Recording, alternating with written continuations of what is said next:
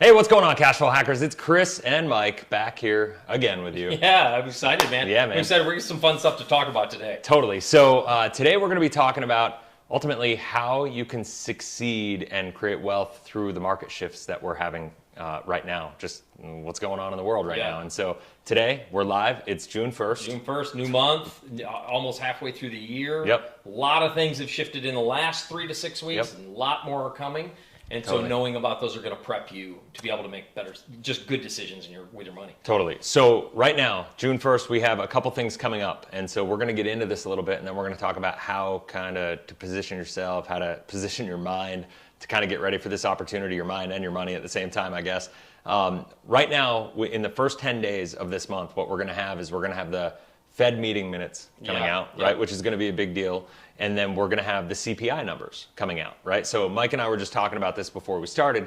And when we talk about trends, Mike, going on in the marketplace, when we talk about these trends, really ultimately the trends that are having the greatest impact on everybody's ability to create wealth or kind of what's going on mentally and emotionally and fiscally with people, it all has to do with what's inflation and what's the Fed doing with rates. Because if rates are going up and inflation is high, that's creating kind of a horrible situation. And you know, I've done a lot of talking on my videos. I'm not sure how much you've done this on your channel, but the Fed is kind of fighting this like battle on two fronts. The idea that they're supposed to be controlling inflation, yet they don't want to control inflation to the extent that it hurts job growth. And so it's almost it's a conflict of interest. Yeah, right? And one of the things when a Fed number with a national debt number starts to get higher, one of the ways the Feds respond to that is through inflation. We can inflate our way out. That's what we've done in the past. Because if they inflate the dollar, they can tax more money, so they get more tax dollars on their debt, and that they can be used on debt. And so a lot of times inflation is to serve this debt number.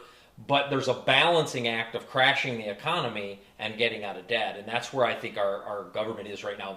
They're wanting to raise interest rates, because if they don't raise interest rates and they keep dollars low, it'll just continue to skyrocket the national debt, and we'll be in an even worse spot. So I was even listening to an interview today with a high-end investor in Wall Street. I mean, very, very, very wealthy dude, and he said really on the back of COVID. Even with the stimulus packages that happened in the money printing, he said, I don't know if we could have come out of it better. So a lot of financial analysts, even that I've seen, it's like, how do we come out of this better than we did? Now, yes, we're coming into a recession, but it's interesting. For 5 years in real estate, we've been saying we're headed towards a recession. We just didn't know what was going to bring it. That's true. 08, 09, it was, two banks being overextended. Now it was, COVID created a storm that none of us. Now, one investor in 2019, February of 2019, said, "You know what? I think in the next 2 to 3 years we're gonna head into one of the greatest recessions we've seen because of a national virus." Nobody was saying that. Let's be real. But now here we are, and so we want to kind of walk through how you're. I mean, for example, last week I talked to a bank, and they had 3.95% on one of our deals. Because you're doing a pretty good deal. Pretty big size multifamily deal, $6.6 million. Today, I mean, this was like 5 days later, it's already at 4.5. That's the speed at which this is changing. Do you guys realize the difference in the cost of the monthly payment on that? The debt between that bump, the 3.95 to 4.5 on a $6.6 million deal? That's a kick in the gut. It is a huge kick in the gut. And let me tell you a big thing of why. There's really no value on that money. Like, I'm not paying for any more service or better service or anything to get more money. I'm just paying to be able to use their money, and now I'm paying more. So it's not like I get more value out of the deal because of that. So it literally comes straight from our bottom line. It's brutal. But here's the benefit, though. The benefit is there are a couple benefits that you can leverage that we can change with rising interest rates. We can talk about that in a minute. But again, we just have to make sure we understand they're coming up for a reason. Our goal is to maintain 3 things: job growth, to hedge inflation, and to control national debt. And all 3 of those, I don't know, and I'd love to hear your perspective on this. Totally. I feel like those 3 things are hard to balance. I think they're impossible to balance. They're so hard to balance, right? I mean, what do you service in order something else suffers? Totally. I interviewed Harry Dent recently. I had a bunch of conversations with him, both interviewing him on the channel and then talking to him personally at this event. And he said, he says this a lot, but he kept just drilling me with this statement, like, the economy is smarter than all the economists out there that think they're going to be manipulating us, right? Such a great point, too. The thing is like the economists and the Fed, they're going to try to manipulate and cajole the market to their will, right? To accomplish what their goal is, right? But the bottom line is, look at where we are. We got 8.5%, actually a little under 8.5% inflation right now. The overriding principle here is when we have inflation at that amount, the whole idea of the elastic currency that we have is if you're talking about having 8% inflation, that means the cost of money has to be higher than inflation to pull that money out of circulation and to cool down the economy. The goal with all of this is to slow down spending.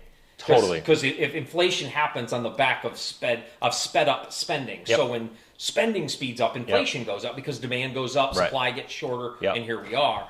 And so we have to understand what they're trying to do. Totally. And so with that said, what's happening is the Fed, it's a little bit of a joke. I mean, the fact that the Fed is only raising rates as little as they are, and it's having the impact that it's going to have, notice it hasn't really tapered inflation much. What it's done is it's hurt the stock market, right? Because the stock market's come down. Of course, because that scares people, and they start pulling their money. And the better the fixed economy investments go up, right? The better the fixed market is, that always has a negative impact. Like when the bond market improves, the stock market is inversely impacted, right? For sure. And that just is what it is. It's just economics. And so the challenge is right now, yes, there's this balance that the Fed is trying to do all this.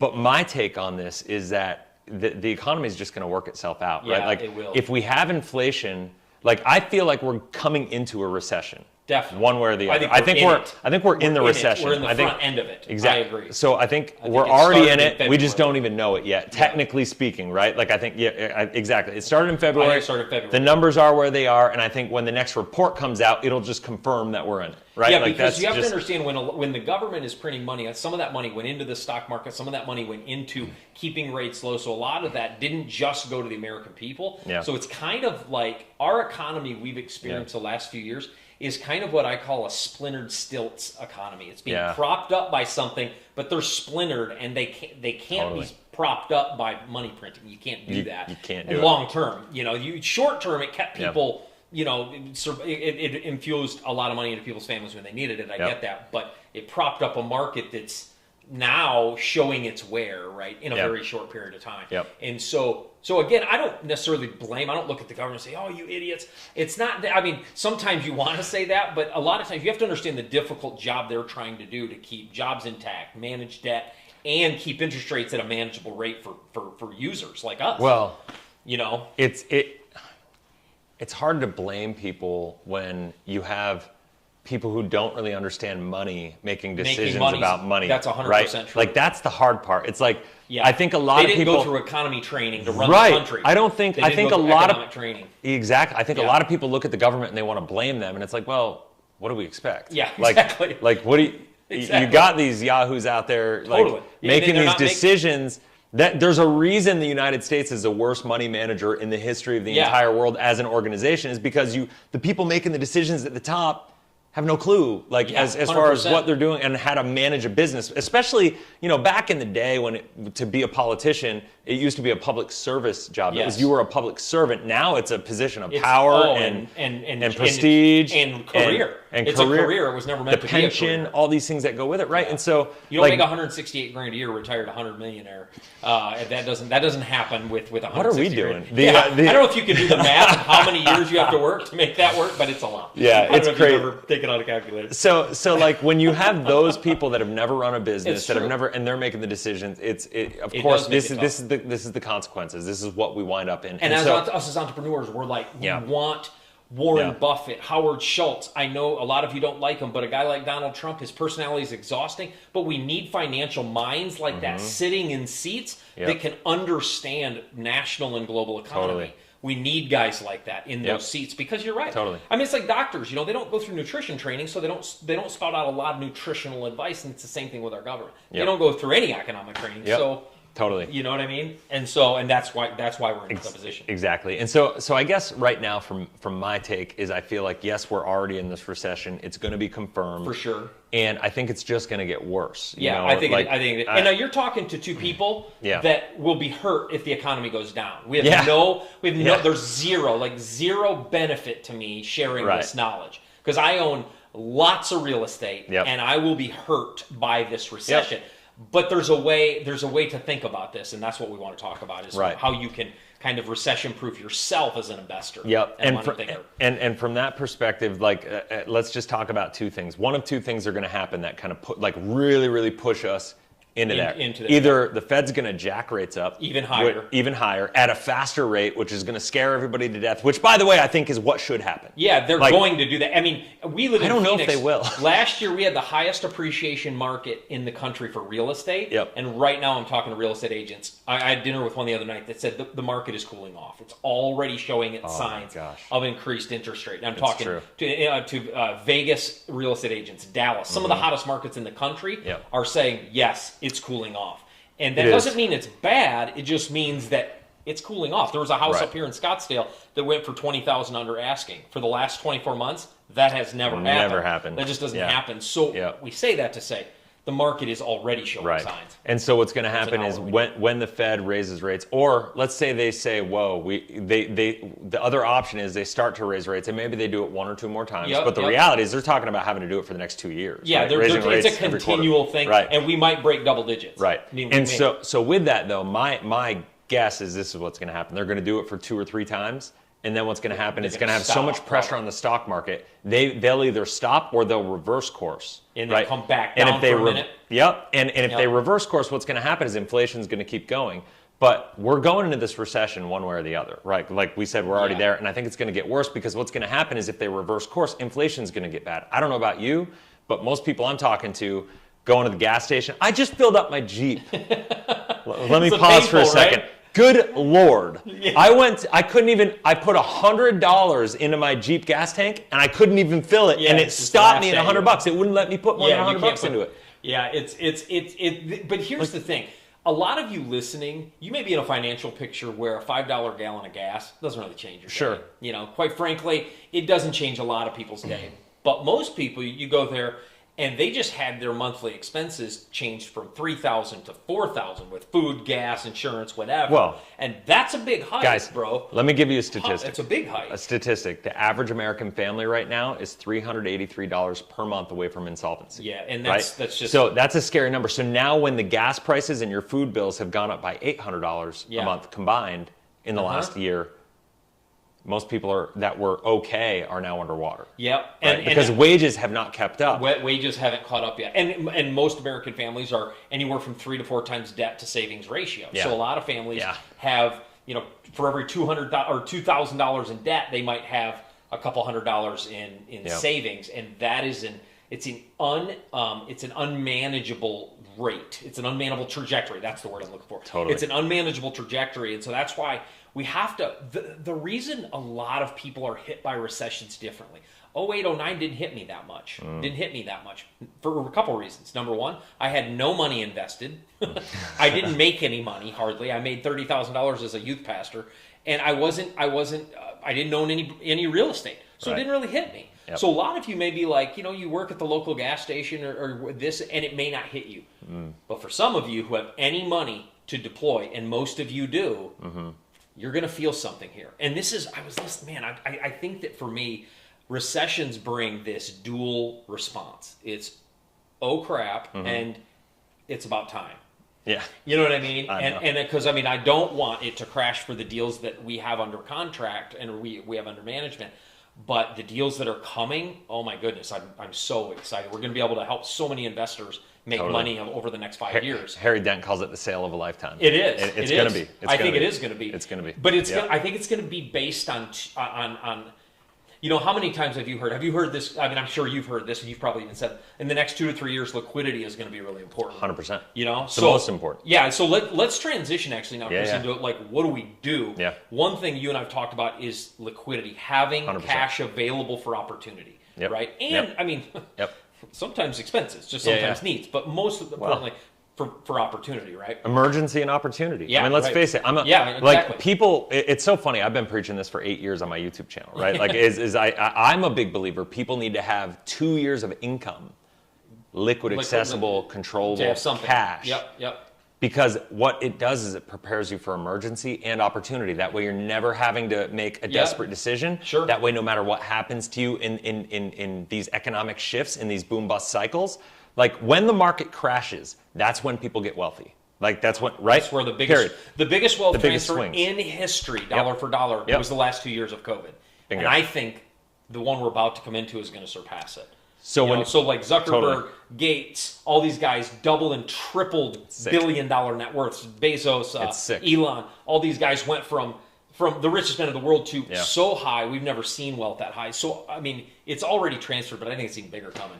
I think it's going to be multiple times bigger, right? It's big. And so when we look at this, if we know that that's the case, my mindset is like liquidity is everything, because you need to be liquid for emergency, and you need to make sure that you have that emergency, income, lifestyle, bills, expenses covered.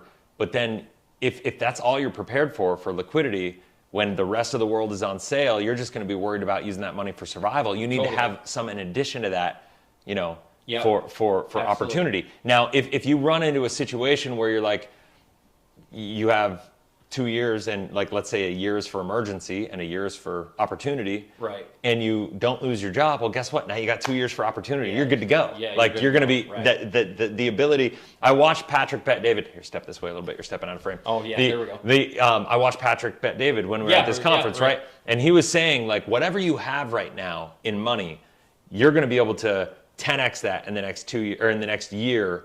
Like when this happens, and then the next 2 years after that, you'll be able to 10x that. Like there's going to be so many opportunities. The market's going to go down, and it's going to bounce like a Super Bowl, right? Like that's what always happens. That's what always happens. Yeah, and you have to weather the storm. You have to weather the storm. And some people, bankruptcies will go up. The amount of bankruptcies over the next few years will go up, but foreclosures will go up. But you know what's interesting? A lot of multi-deca millionaires have bankruptcy and foreclosure in their past. Totally. So it's not the Donald Trump. It's not He's got like 3 of them. Yeah, it's not the like, I'll never have it. It's not that kind of thing. You can make that money back quickly if you have the skills. If you don't have the skills, then you're not going to. And that's why it's important to pile up. So liquidity, but let me say a couple things about liquidity. Yeah. Number one, I'll let you talk to this, but let's not just have liquidity sitting in a 0% bank. I think there's a more powerful way to have liquidity. You talk a lot about life insurance, obviously. Yep. You got to have access to something, but you don't have to have it sitting making you nothing. No, I mean, I think that's one of the challenges when we think about like, what are we doing with our safe, liquid, accessible capital? Like most of the time people think, well, I got to keep money in a savings account. And my savings account's getting me 0.1%. And I look at the inflation rates and it's like, I'm losing. If I got $100,000 in my account, I basically lost $8,500 this year to inflation. I don't know a person alive that wants to sign up for that. And so, so the question is, what are your alternatives? And so that's one of the things I love to do. Is my passion point is helping people set up their financial structure. So, we have to have a long-term view. Are we going to be able to beat inflation every single year? No, we're not going to be able to. But if we have a financial system and we keep our money in places that we know long-term are going to beat inflation, that's what it's all about. And 100%. The hard part is people that are getting started right now. If you're being kind of reactive, right? Like I mean, the best time to plant a tree was 30 years ago. The next best time is right now, right? So like doing something now and doing the right thing now, implementing the right principles with money and getting yourself set up, no better time than right now to get started. However, we're the same age. We're 41, right? Yep. So I'm going to just talk about Mike and I for a second. We know we're going through this cycle right now, right? And there's going to be a big opportunity. We're going to go through this. And guess what? It's not going to be the last time this happens to us, right? Like the market is cyclical. It's not linear. We're going to have these boom bust cycles, and it's going to happen over and over and over again. So if you are somebody who's like, Chris, I'm 40. I'm just getting started. I don't have that much money. I would say do whatever you can to get as liquid as possible. Sell off assets. Just especially get rid of real asset liabilities. Liabilities. Get your liability. That's anything that costs you money versus makes you money. Consumer debt, get rid of it. Oh, man. Get rid of that. Everything you can do to get really super, super clean, right? But in doing that, what it's going to do is it's going to prepare you for this time. But more importantly, even if you can't really fully leverage this cycle, hopefully what this cycle does is it opens your eyes, right? Like that's what happened to me in 2008. It opened my eyes, right? Sure. Like I got kicked in the butt in 2008. Yeah, Like, yeah. lost a house, lost Yeah. all my net worth, like everything's just gone, right? Yep, exactly. And so I've been waiting for this moment. Like, I'm one of those guys that's like, Yeah, oh, it's bring coming, it, it's bring coming, it. it's You know, coming, right. like, am I going to get hurt? Yes, I'm going to get hurt like everybody else. I'm not excited about it, except for the context that I think we just need this. Yeah, we like do. the economy needs it, because the inflation, guys, what's going on in the world, it's the greatest hidden tax in the world. And it hurts middle class, it hurts lower class It's more than it hurts anybody else. Yeah, Because guess absolutely. what? Elon Musk, Jeff Bezos, Warren don't care Buffett, about they don't gas care about prices. gas prices. They don't care about the Costco bills. They don't care about No. any of that. Nothing. None of that. None of that. The inflation going up because their lifestyle expense is such a small, minuscule percentage of their net worth.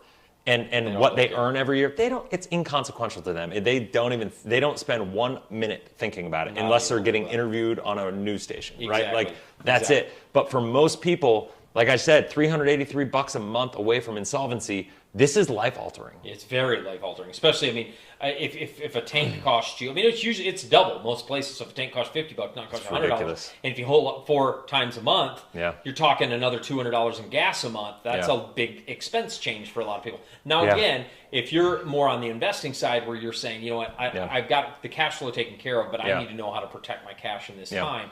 You want to have it someplace. So I think liquidity is important. Yeah. And Chris talks about parking that liquidity, but Yeah. let me tell you, the powerful thing about liquidity is it doesn't have to be your money. Yeah, So yeah. one of the things that I do for all of our deals is we raise private capital for our deals. And one of the things we tell people is liquidity is important. You just have to have access to it. It doesn't even have to be your own. You can, as long as you have access to liquidity, you're good. So I mean, like, we buy businesses, so good. real estate. I don't use any of my own money. So the good. problem is I don't even have to have it in my own bank account, but I do have to know where to get it. And in times of down, it's an interesting dichotomy. A lot of people are like, cash dries up. There's not as many places to find cash. But there is, because people pull their dollars from the stock market. They don't want to watch it all burn to the ground. Love it. And so they pull it and reinvest, a lot of people. And a lot of times right now is actually the key. So when it's just starting to go down. Now, when it goes down a long ways, most people are like, I'm not pulling out now. Yeah. I'll lose too much money, and they'll let it ride back up. But private capital, liquidity just doesn't have to be your own. Well, And no, that's why not at all. And so okay, I didn't expect to go here in this video, but that we're going here. So like, no, it's great. And so here's, like, I always tell people right now, if you're in this position where you're in that, maybe on that cusp where you're like, I don't have a lot of capital. Yeah, I right. don't have a lot of savings. Yep. My cash flow isn't even good enough It is not even that to great. do more than to maybe eliminate my debt and do some good things, which if that's where you need to start, right? That's, like that's the first step. You've got to get debt free. You need to do that. Consumer right? debt Yep, free. consumer debt free. Like, You gotta get there. Whatever you're doing right now, I would implore everybody to just really prioritize that. You right? gotta get that done. But 100%. people's greatest need right now is not even liquidity. It's more cash flow. Yeah, it's, right. it's absolutely. Because the more cash flow you can create, the more liquidity you can create, and it's this cycle. But what you just talked about in utilizing other people's money, and if you can understand these skills, like, take right now as an opportunity to invest in relationships, in masterminds, in your own knowledge and education, and figure out how you can build a skill that you can go out and raise money, how you can 100%. find deals, how you can tap into somebody like Mike to get in the multifamily, Yep. you know, how you can tap into somebody like me to do different things on ways to create income online and do different things. Like, there's all sorts of people out there, depending on what your skill set is and what your passion is. And like, I don't know anybody alive that doesn't have the ability to go out there and create extra cash flow. And the reality is, right now, I think a lot of people are not dealing with it because it's not quite real yet. It's happening so fast. But if you kind of feel like you're starting to slip or fall behind and you're not knowing how to keep up, and it's like you're listening to us say, hey, you need to clear out your debt. And you're like, Chris, Mike, you guys are idiots. You don't understand my situation. Yeah, I'm going to tell you I do, and I'm going to tell you go out and earn more. Go out and do something. Invest in yourself. Stop watching Netflix. Stop watching Disney Plus. Stop watching YouTube. Like, stop watching this video and go figure out how to make more money. Make more money. Like, you have that's to what you control need to your do. income. So if you have a job where you don't really control your income, if your income is Yeah. controlled by an employer, you have to have some sort of source Yep. that is. That's why I believe the side hustle industry has boomed over the last 4 or 5 Totally. years. Is because people are like, I can control my $50, $80, $100, $200,000 a year, but I want something I can't control that, but I can control my website company, my online marketing company, my YouTube channel, my whatever. Right? Yeah. Real estate. I mean, a lot of people use real estate as a side hustle because Yeah. it's someplace you can create cash flow. Well, and But it's you're right. You need cash flow. And real estate's great, like, because and the reason I love real estate, we've talked about this a bunch, is that because in any market environment, real estate works, the strategy changes, right? Absolutely. Like right now we've been in this buy, hold, the equity is going Massive up, the appreciation of inflation, deals all over the place, and you know, you've rode that up, and now it's like, what do you do? Like, how do you take advantage of it? You know, like what's going on, right? Like Totally. And now we're going to be coming in where wholesaling is going to get really popular again. We're going to get into like fix and flips are going to be hugely popular. Exactly. Fix and flips, overages, tax deed auctions, All tax of that liens, stuff, like all these different things are going to be, I mean, we have this backlog of all these things that are going to happen because we got 2 years of moratorium where that you couldn't do it, right? Stop it and so it's going to get, we're going to see a flood. And by the way, this is the pendulum effect of the economy, especially the more intervention you have by these regulatory agencies and the Fed. They've tried to like keep things going, and it's been artificial. So the pendulum has swung, and that's created this inflation too high, and it's gone further than it should. And so when the pendulum comes back, it's not going to stop in the middle where it belongs. It overcorrects. It always overcorrects. Totally. And that's where the wealth is created, in that overcorrection. 100%. And you got to be able to find that opportunity and understand it. And so that's where get liquid, build these skills, learn about these things, you got to think ahead. It's like chess, right? Yeah. You can't just be like, oh, I'm going to move my pawn here and maybe like whatever. You got to think, if I do this, what are they going to do? And then I'm going to do that to that. And then you got to be thinking 3-4 moves ahead. And in this, it's no different. You got to be thinking about what is going to happen with the rates going up, with inflation staying high. Then when we go into the recession and inflation actually drops, because that's what's going to happen. Inflation is going to get so high, people are going to have to stop spending. That's going to create deflation. Whether anybody wants to or not, the Fed's either going to do it proactively or it's going to happen and it's going to get ugly. It's going to get cheaper, right? 100%. And so that's going to happen. So you have to think, you have to be patient and you have to prepare for that environment. And you got to just protect yourself in the meantime. 100%. So. And so I think that we've talked about keeping liquid. You can keep liquid. If you're going to keep liquid, cash on hand, make sure you're in a vehicle that earns you interest, like a life insurance policy or something that is access. Keeping it in the stock market in a time like this as liquidity is not a great idea because it's coming down. Focus on cash flow, cash flowing assets, something like real estate. I will say, in the real estate game, I have a lot of videos talking about this, but one of the things you want to be careful in real estate is not investing in I would say economy sensitive products. For example, for the last 2 years, industrial has skyrocketed. Industrial will stop skyrocketing for a couple reasons. Number one, when we don't have supply chain issues, people aren't buying stuff to store. They're not shipping as much. That when industrial is tied to the economy, so when the economy goes down, so does industrial. Office and retail, we've seen the massive hit of office and retail because of COVID. So many people have gone up, work from home and all that. So those have hit. Multifamily, that's a need-based asset. That's a need-based asset. People have to live. Here's one of the things I tell people all the time: storage units is one of the most sought-after assets in commercial real estate right now. Let me tell you something real quick. We are moving into generations, especially millennials and below. They don't want a lot of stuff. Storage units are, interestingly, a generational product.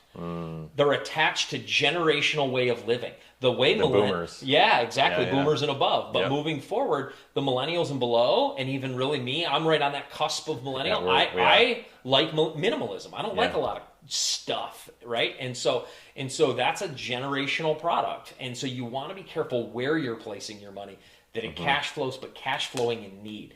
The three best asset: mobile home parks, multifamily, both attached to living, and in an economy kind of driven system that's this recession, student housing. People go back to school. A lot of people go back to school. So those three, again, parking there, assets that pay you cash, but be careful where you're putting your money. But I think that's right. another bubble, the student loan bubble, and that's dude, a whole different. That's video. a whole different. That's thing. a whole different video. That's what Robert Kiyosaki thinks that I had mentioned. I think 2-3 years ago, he thought this was before COVID. He thought the student loan debt would actually be what brought the economy down, was because how much money and debt we have to students. Well, and I think once again, this goes to the government intervention. I think because of COVID and pausing all the loans, he may have been right had they not done that. Exactly, right? that's what I'm saying. Pre-COVID, it changed everything. I just talked one of the life insurance agents that's on my team was working with somebody, and they wanted me to go over this like questionnaire for them, and it was a financial questionnaire, and it showed This person had no debt in their life, none, not a car payment. They owned everything outright. The only thing they had was student loan debt, but they had $243,000 of student loan debt. Yeah, that's crazy. And that student loan debt was at 8.49%.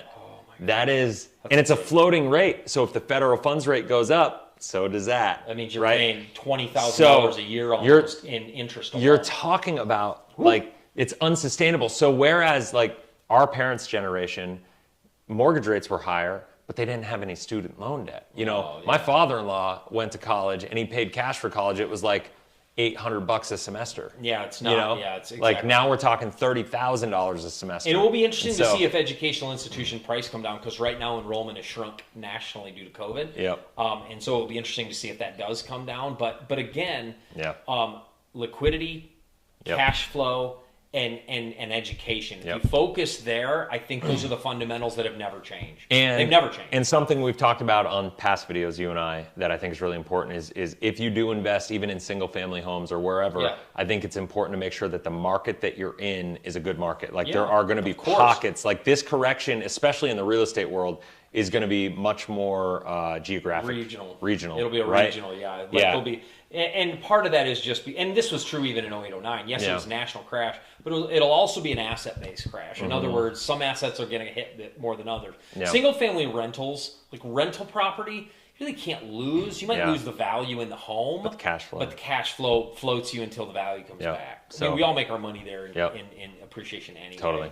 So again, focus on those things. The Yep. economy is going to do what it's going to do. I mean, Totally. whether you ain't controlling that train, Yep. but you can control these things. Yep, exactly. So I hope that helps. Yeah. If you have any questions, whether you're watching this, because we're dual streaming this right now Yeah. on Mike's channel and the Life 180 channel. So if you're on Life 180 watching this, go check out Mike Fritz Real Estate. And same here. Go over to check out Chris at Life 180. But Yep. by the way, we talk a lot about investing on my channel, Yep. and if you're just having cash parked, life Yeah. insurance is a great vehicle. So get over there and check that out. Yep. So have any questions, comment in the comment section below on either channel. We'll do our best to engage with every single comment. That's it. All righty. Have a All good right, one. man. See ya. See you guys later.